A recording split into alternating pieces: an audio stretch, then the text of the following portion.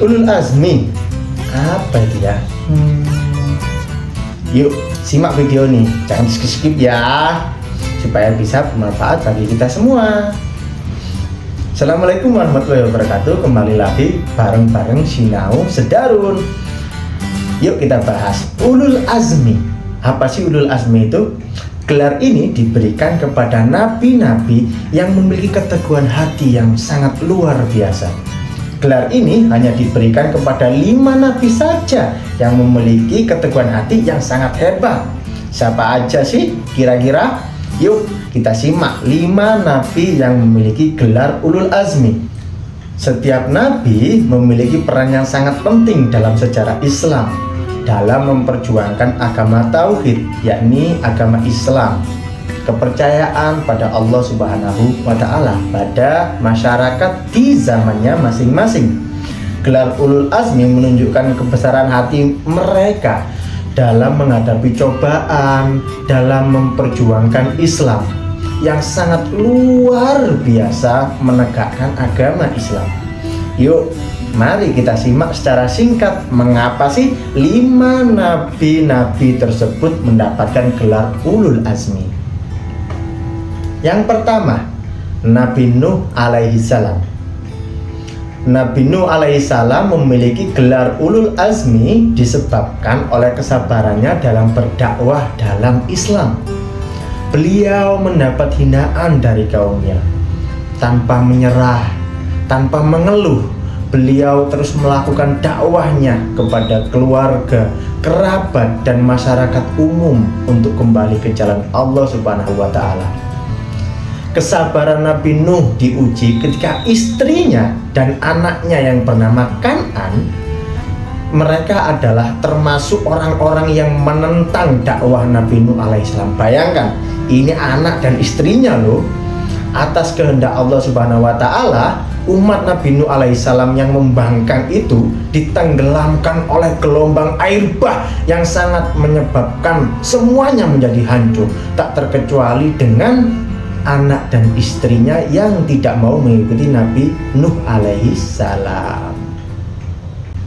Yang kedua, Nabi Ibrahim alaihi salam.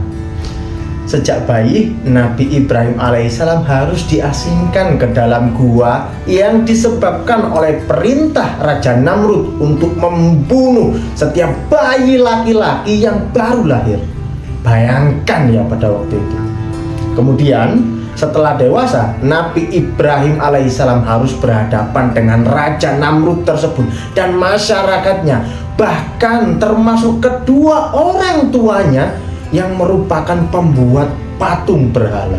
Bayangkan, Nabi Ibrahim alaihissalam berani untuk menghancurkan berhala-berhala yang menyebabkan beliau harus dibakar hidup-hidup. Tapi dengan kekuasaan Allah Subhanahu wa Ta'ala yang memberikan pertolongan kepada Nabi Ibrahim alaihissalam dan menjadikan api tersebut menjadi dingin. Masya Allah. Tak hanya itu, Nabi Ibrahim alaihissalam juga mendapatkan perintah yang lebih berat untuk diterimanya, yaitu mengorbankan anaknya Nabi Ismail yang baru beranjak dewasa. Hal ini beliau laksanakan meskipun akhirnya alhamdulillahnya diganti dengan seekor domba. Yang ketiga, Nabi Musa alaihi salam. Nabi Musa alaihi salam termasuk orang-orang yang sabar dalam menghadapi dan melakukan dakwah Islam kepada Fir'aun dan juga masyarakatnya pada waktu itu. Selain itu, beliau juga sangat sabar dalam memimpin kaumnya yang sangat membangkang. Yang keempat, Nabi Isa alaihissalam. Beliau memiliki kesabaran dalam keteguhannya untuk menyampaikan ajaran Allah Subhanahu wa Ta'ala. Nabi Isa diberikan mukjizat, yaitu mampu berbicara saat masih bayi.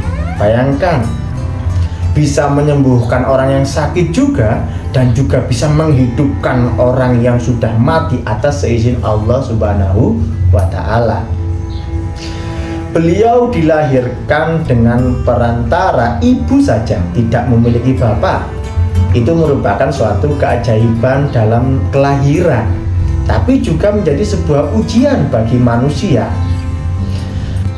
Ketika besar Nabi Isa sedang menjalankan dakwahnya, ia diancam dan direncanakan untuk dibunuh dengan cara disalib. Allah Subhanahu wa Ta'ala menyelamatkan Nabi Isa dengan cara diangkat ke langit, sebagaimana firman Allah Subhanahu wa Ta'ala surat An-Nisa ayat 157. Yang kelima, Nabi besar kita, Nabi Muhammad SAW. Beliau merupakan Nabi terakhir akhir zaman yang mengalami banyak sekali tantangan. Ia lahir dalam keadaan yatim.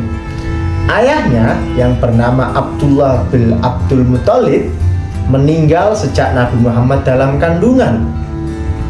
Kemudian ketika usianya masih anak-anak, ibunya yang bernama Siti Aminah meninggal dunia. Pada usia 40 tahun, Nabi Muhammad SAW diangkat menjadi Rasul. Tantangan beliau sangatlah sulit.